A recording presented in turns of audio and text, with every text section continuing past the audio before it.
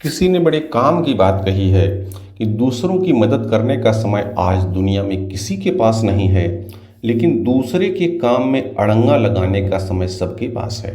उसमें एक छोटी सी कहानी है। ये एक फल विक्रेता होता है। उसके पास एक आदमी आता है फल खरीदने के लिए और वो उससे भाव पूछता, सेब का रेट पूछता, सेब क्या रेट है? तो दुकानदार कहता है 120 रुपये किलो। तो केला के कितने रुपए दर्जन है? तो कहता 40 रुपये दर्जन। तो जो आदमी आया तो कहता बहुत महंगा दे रहे हो, इतना महंगा तो नहीं है। मोल भाव चल ही रहा था। उसी समय एक महिला वहाँ पर आती है जो थोड़ा सा उस बहुत अच्छे घर की नहीं थी, उसके कपड़े थोड़ा सा मैले थे, बहुत अच्छे नहीं थे। और वो उससे रेट पूछती भैया सेब क्या रेट है? तो दुकानदार कहता है सेब 30 रुपये किलो है। और वो पूछते केला क्या कितने रुपए दर्जन है? तो दुकानदार कहता 5 रुपये दर्जन। अब जो आदमी खड़े थे वो मन में अपने सोचने लगे, देखो मुझे तो ये रेट बता रहा था, इसको ये बता रहा है, कितना मक्कार है दुकानदार, कैसा व्यवहार कर रहा, हमारे साथ ऐसा कर रहा, उसके साथ वैसा। तो महिला, चूंकि बात हो ही रही थी, तो महिला का ठीक है भैया, हमको 1 किलो सेब और 2 दर्जन केले दे दो। वो दुकानदार उसको देता है और वो महिला खुश होकर उसको पैसे देती हैं और उसको धन्यवाद देते हैं, ठीक है हमारे बच्चे हैं, थोड़ा सा फल खा लेंगे। और उसको धन्यवाद देते हुए चली जाती हैं। और जैसे वो जाती हैं तो जो आदमी खड़ा था, ये अपने, चूंकि मन में इसके तमाम बातें चल रही थी, वो दुकानदार के ऊपर फट पड़ता है, तुम ऐसा व्यवहार करते हो, हमको बता रहे हो 120 रुपये किलो है, उनको बता रहे हो 30 रुपये किलो है, क्या तुम्हारे चल रहा है? हमको बता रहे हो 40 रुपये दर्जन और उनको दे रहे हो 5 रुपये दर्जन, क्या है मामला? तो कहता है भाई साहब थोड़ा शांत रहिए, थोड़ा सुनिए तो, मेरी बात सुनिए। तो कहता हाँ सुनाओ। तो कहता है जो महिला है यही बगल में इनके पति यही काम करते थे और वो उनका अभी कुछ ही समय पहले उनका देहावसान हो गया। लेकिन ये महिला इतनी खुददार हैं, ये किसी से कोई भीख नहीं मांगती, लोगों के घरों पर जाकर के काम करती हैं, जो पैसा मिलता है उससे अपना परिवार चलाती हैं। हम लोगों ने कोशिश की कि थोड़ा पैसा इकट्ठा करके इनको दे दें, इनका भी काम चले, इनकी भी लाइफ जो है सही रास्ते पर चले, लेकिन उन्होंने कभी किसी से कुछ लिया नहीं। इनके पास पैसे नहीं हैं, यथा कथा। तो हम लोग सोचने लगे कि हम किस तरह इनकी मदद करें। तो ये यदा कदा हमारी इस दुकान पे आती हैं, हमारे ठेले के पास आती हैं। तो हम लोग ऐसे पैसे लेते नहीं हैं, तो हम लोग उसका रेट एकदम कम कर देते हैं। अगर रेट एकदम कम कर देते हैं और सोचते हैं कि इसी रूप में इनकी मदद हो जाएगी, क्योंकि वैसे तो लेंगी नहीं, और इसलिए इनको हम लोग कम रेट में देते हैं, क्योंकि ये बहुत खुददार महिला कर लेती नहीं, भीख नहीं लेती हैं। और आप तो इतने समझदार हैं, पास पैसे आप तो कर सकते हैं। और दूसरी बात वो दुकानदार कहता है कि महोदय एक बात और आपको बता दूं, ये हर दिन नहीं आती हैं, ये महीने में 1 या 2 बार आती हैं। और जिस दिन ये आती हैं उस दिन हम देखते हैं हमारे दुकान पर बिक्री बढ़ जाती है, हमारे ठेले पर जो भी सामान रहता लगभग सब बिक जाता है, बहुत सारे लोग हमारे पास आते हैं। वो इनके आने का फल होता है। अब जो महोदय थे, थोड़ा सा उनका जो पारा था वो थोड़ा शांत हुआ, क्रोध शांत हुआ, और वो जो भी रेट वो बता रहा था उससे लिए और शांत होकर के फिर अपना सामान लेकर के चले गए। तो दोस्तों, ये छोटी सी कहानी है, ये हमें ये सिखाती है कि इस संसार में, इस जीवन में बहुत सारे लोग हैं जो परेशान हैं, भीख नहीं लेना चाहते, तो हमें उनकी मदद करनी चाहिए।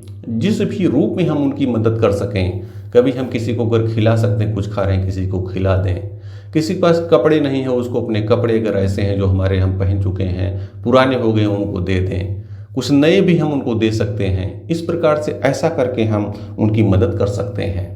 और कोई अगर दुकानदार ऐसा व्यवहार कर रहा है, किसी की मदद कर रहा है, तो आप थोड़ा सा एकदम क्रोध में मत आइए, थोड़ा सोचिए कि इस व्यवहार का कारण क्या है। हो सकता है कोई बात और हो, और उससे आपका क्रोध भी शांत हो जाएगा और आपके अंदर दूसरों की मदद करने, आप जब दूसरों की मदद करेंगे तो यकीन मानिए आपका खुद का जीवन बहुत अच्छा होगा। भगवान ने बहुत कुछ आपको दिया है, उनके प्रति कृतज्ञता का भाव अपनाइए और अपने जीवन को बेहतर से बेहतरीन बनाइए। याद रखिए कि ऊपर वाले वो आपके हर कर्मों को देखते रहते हैं, अच्छे और बुरे सबको वाच करते हैं, इसलिए उनको याद रखिए और उचित समय आने पर ऊपर वाले उसका फल भी देते हैं। तो याद रखिए, उनको याद रखिए, अच्छे कर्म करते रहिए, आपके जीवन में अवश्य ही अच्छा होगा। बहुत बहुत धन्यवाद। किसी ने बड़े काम की बात कही है कि ऊपर वाले से जब भी मांगो तो अपने माता पिता की लंबी उम्र मांगना, क्योंकि इस दुनिया में माता पिता से ज़्यादा प्यार आपको कोई कर नहीं सकता। नमस्कार दोस्तों, एक छोटी सी कहानी ये पिता पुत्र की है। एक बार एक पिता पुत्र एक नाव पर बैठ करके कहीं जा रहे थे। अब वो जो नाव थोड़ा सा आगे चली, बीच में पहुंची, तो उस नाव में कुछ दिक्कत आई। वो उसमें कुछ छेद हो गए, कहीं से वो डिस्टर्ब हुई और वे दोनों माँ जो पिता पुत्र थे उनका प्राण संकट पे आ गया। लेकिन वो देखते हैं तो किसी तरह उनको थोड़ा सा किनारा दिखाई पड़ता है और पिता जो है किसी तरह उनको वहाँ तक ले जाता है, नाव को पहुँचा देता है। और वो पहुँचते हैं तो एक टापू टाइप का जो जगह होती वहाँ पर पहुँच जाते हैं और वहाँ से आने के लिए जगह नहीं था। क्यों, चूँकि उतर गए दोनों लोग और ये मन में आया कि चलो हम लोग कर ही क्या सकते हैं, इस नाव से हम आगे जा नहीं सकते, तो यहाँ बैठ करके भगवान की पूजा करते हैं, भगवान से प्रार्थना करते हैं, हो सकता है कोई दूसरी नाव हमारे लिए भेजें। पिता पुत्र दोनों उतर जाते हैं और दो पेड़ के नीचे अलग अलग बैठ जाते हैं और प्रार्थना करने लगते हैं। पिताजी बैठ के अलग प्रार्थना कर रहे हैं भगवान से और जो पुत्र है वो अलग प्रार्थना कर रहा है। अब पुत्र जब प्रार्थना करने लगा, प्रार्थना करते करते उसके मन में आया कि भगवान कुछ ऐसा हो जाता कि यहाँ पर कुछ फल फूल हमको मिल जाते, कुछ खाने का मिल जाता। और जैसे वो मन में प्रार्थना कर ही रहा था, जब आंख खोलता है तो देखता है कि उधर उसको एक दो पेड़ दिखाई पड़ते हैं कुछ, जिसमें फल लगे हुए थे। ये सब प्रार्थना कर रहा था और फल मिल गया। वो जाता है, फलों को तोड़ता है, खाता है, उसका मन तृप्त हो जाता है। अब उसके बाद फिर वो प्रार्थना करने बैठा, तो प्रार्थना करने फिर बैठा तो उसके मन में ऐसा आया कि ये कि यहाँ हम लोग बैठे तो कहीं घर हो जाता तो आराम करने का मौका मिल जाता। अब उसको जब वो ये प्रार्थना कर ही रहा था, आंख खोलता है, देखता है एक छोटा सा घर भी बना हुआ है, घर बना हुआ है और वो जाता है आराम करता वहाँ पर। फिर आराम करता है, थोड़ी देर फिर प्रार्थना में लगता है तो सोचता है कि अब खाना बनाना पड़ता है यहाँ, जैसे कुछ ऐसा कोई मिल जाता जो हमारे लिए भोजन भी बनाता। फिर आँख खोलता है तो एक महिला वहाँ पर, उस पर घर में एक महिला भी उसको दिख जाती है। भगवान की कृपा से सब कुछ हो रहा है। अब वो उसके साथ वो रहने लगता है। फिर धीरे धीरे अच्छा वो देख रहा है और उसके पिता भी उधर बैठ के कर रहे हैं, वो भी प्रार्थना कर रहे हैं। अब फिर उसके मन में आता सब कुछ हो गया, यहाँ से चलना है, याद आता है यहाँ से तो हम लोग जाना था। अब उसका चूंकि परिवार भी हो गया था, घर भी हो गया था, खाने की सामग्री भी थी, तो मन में सोचता है कब चलते हैं यहाँ। प्रभु एक नाव ऐसी आ जाती, उस पर बैठते हम अपने परिवार को लेकर के यहाँ से चले जाते, ऐसा उसके दिमाग में आता है। और जैसे वो आँख खोलता है देखता है वो पानी के किनारे एक नाव खड़ी है। अब वो जो महिला थी उसको साथ में लेता है और जो कुछ सामान थे फल फ्रूट लेता है और जाकर के नाव पर बैठ जाता है और चलने को हो जाता है। जब वो चलने को होता है उसी समय आकाशवाणी होती है, अरे अपनी इसको महिला को लेके जा रहे हो, खुद जा रहे हो, पिताजी भी साथ थे, उनको छोड़ के जा रहे हो, उनको भी साथ में ले लो। तो वो जो लड़का होता है वो कहता है कि देखिए पिताजी भी प्रार्थना कर रहे हैं, मैं भी प्रार्थना कर रहा हूँ, मेरी प्रार्थनाएं फलीभूत हो रही हैं और पिताजी की प्रार्थनाओं में उनको कुछ नहीं मिल रहा है, वो अपने कर्मों का फल भोग रहे हैं। उनके ही कर्मों के द्वारा तो हम यहाँ आए, हमको लेके आए थे, बीच पानी के बीच में, हमको नदी के बीच में हम लोग पड़ गए थे। अरे आज उनके हिसाब से हम चले होते तो हम लोग तो मरने के करीब पहुँच गए थे। वो उनके कर्मों का फल है, वो अपने कर्मों का फल पा रहे हैं। देखिए उनकी प्रार्थनाएं फलीभूत नहीं हो रही, उनको कुछ नहीं मिल रहा है, भगवान हमको दे रहे हैं, वो अपने कर्मों का फल वो भोग रहे हैं, उनको भोगने दीजिए। ऐसा कह करके फिर वो आगे चलने को होता है। फिर पुनः फिर आकाशवाणी होती है, अरे ये पूछोगे नहीं को प्रार्थना क्या कर रहे हैं। तो कहता बताइए क्या प्रार्थना कर रहे हैं। तो आकाशवाणी होती है कि वो सिर्फ एक ही प्रार्थना कर रहे हैं कि मेरा बेटा जो भी मांगे उसको प्रभु पूरा करते जाइए, पूरा करते जाइए, पूरा करते जाइए। बाकी वो कुछ अपने लिए कुछ मांग ही नहीं रहे, वो तो सब तुम्हारे लिए ही मांग रहे हैं।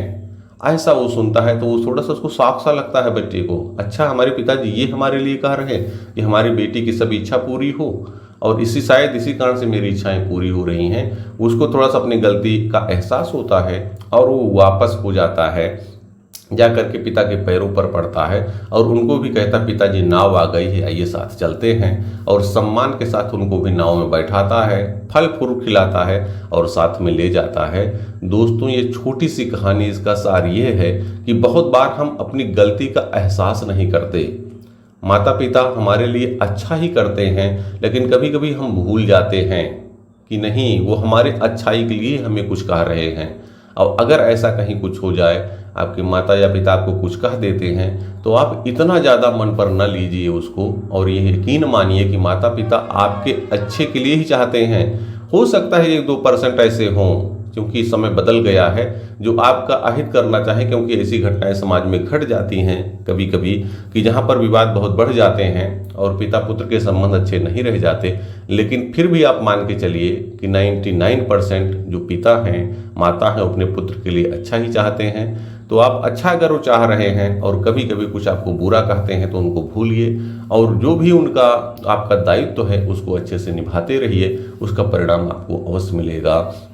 ध्यान रखिए, अपने जीवन में अच्छी सोच के साथ, अपने परिवार के प्रेम के साथ, भगवान ने जो कुछ भी आपको दिया है उन सभी चीज़ों के प्रति कृतज्ञता का भाव अपनाइए और अपने जीवन को बेहतर से बेहतरीन बनाइए। याद रखिए, ऊपर वाले न भूलते हैं न भूल करते हैं, वे आपके प्रत्येक कर्म का फल अवश्य देते हैं। बहुत बहुत धन्यवाद। किसी ने बड़े काम की बात कही है कि यदि जीवन में आपको अपने मन का ना मिले तो आप निराश मत होना, क्योंकि भगवान ने आपके लिए जो कर रखा है, जो बना रखा है, शायद अभी आप वहां तक नहीं पहुंचे हैं। नमस्कार दोस्तों, एक छोटी सी कहानी ये एक युवा की है। युवा जो प्रतिभाशाली था, मेहनती भी था और ईमानदारी से तैयारी कर रहा था कि अपने जीवन में कुछ कोई नौकरी मिल जाए, कुछ काम मिल जाए, और वो करने लगे। वो विभिन्न इंटरव्यूज में भी जाता था, साक्षात्कार दे रहा था, लेकिन उसको कामयाबी नहीं मिल रही थी। तो एक बार साक्षात्कार देने के लिए वो एक कंपनी में जाता है और वहाँ पर वो इंटरव्यू अपना देता है। उसका इंटरव्यू बहुत अच्छा होता है, सभी प्रश्नों का उत्तर अच्छे तरीके से देता है। तो जो इंटरव्यू वाले थे खुश हो जाते हैं और अंत में उससे पूछते हैं, अच्छा ठीक है, आपका सिलेक्शन लगभग हो गया है, बस लाइए अपनी ईमेल आईडी बता दीजिए, उसी पर आपको भेज दिया जाएगा, आपका अपॉइंटमेंट लेटर भेज दिया जाएगा। तो कहता है कि मेरी कोई ईमेल आईडी नहीं है। अब ये सुन करके जो इंटरव्यू वाले थे उनके मन में थोड़ा सा अलग धारणा बनती है और उसका चयन नहीं होता है, वो बाहर आ जाता है। वो कहते क्या है, आप तो ऐसे उसमें चल रहे हैं, आप ईमेल आईडी अपने नहीं बनाए, फिर कैसे आप काम करेंगे, आपको तकनीकी ज्ञान नहीं है, आप तकनीक से नहीं जुड़े हैं, वो हमारी कंपनी के लिए फिट नहीं है। अब वहाँ से बाहर निकलता, बहुत उसको उम्मीद हो गई थी हो जाएगा सिलेक्शन, हमारा चयन हो जाएगा, निराश हो गया था क्योंकि बहुत सारे इंटरव्यू दिए थे। अब वो सोच रहा था क्या करे, ऐसे कुछ तमाम ख्याल उसके दिमाग में आ रहे थे। उसी में एक ख्याल आया, जब अपना जेब देखता, कुछ पैसे थे और वो जाता है मार्केट में, जाता है और वहाँ कुछ फ्रूट खरीदता है, सेब ले लेता है और वही सेब वो बेचना शुरू कर देता है। तो कुछ लोगों को बेचा तो जितने भी खरीदा तो उसको फायदा हो जाता है। वो लगभग 5 किलो के आसपास खरीदा था और 500 रुपये में मिले थे। जब वो शाम को बेचा तो उसको लगभग 750 रुपये मिल गए, कुछ फायदे उसको हो गए।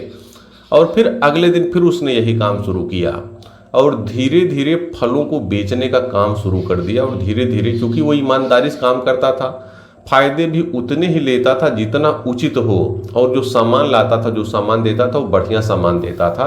तो धीरे धीरे उसकी साख बनने लगी।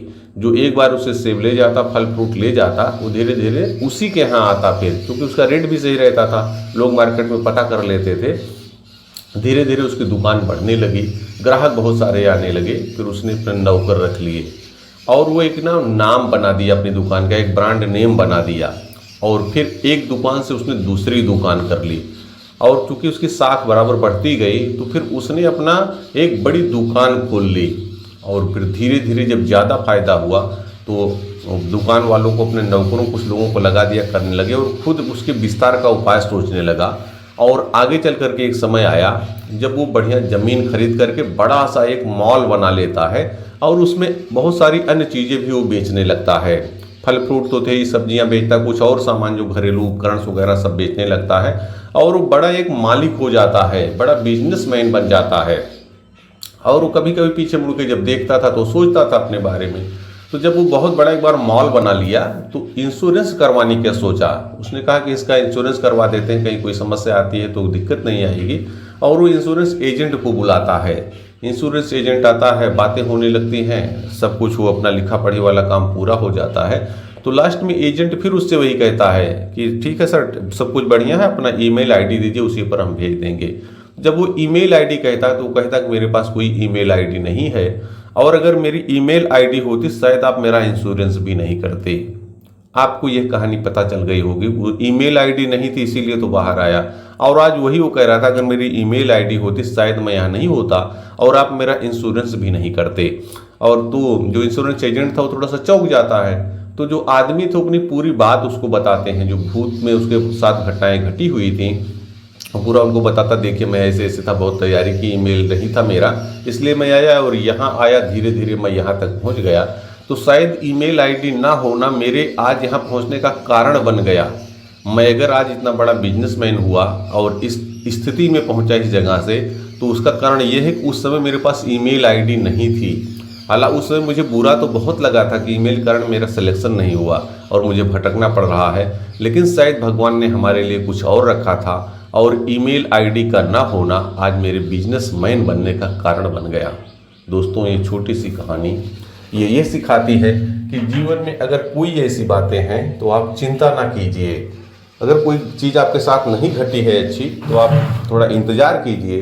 भगवान ने जो आपके लिए कर रखा है, शायद अभी आप वहाँ तक नहीं पहुँचे हैं। तो जो भी प्रतिभा आपको भगवान ने दी है, अच्छी सोच के साथ, अपनी मेहनत के साथ भगवान के द्वारा दी हुई चीज़ों के प्रति कृतज्ञता का भाव अपनाइए और अपने जीवन को बेहतर से बेहतरीन बनाइए। याद रखिए, ऊपर वाले न भूलते हैं न भूल करते हैं, वे आपके प्रत्येक कर्म का फल अवश्य देते हैं। बहुत बहुत धन्यवाद।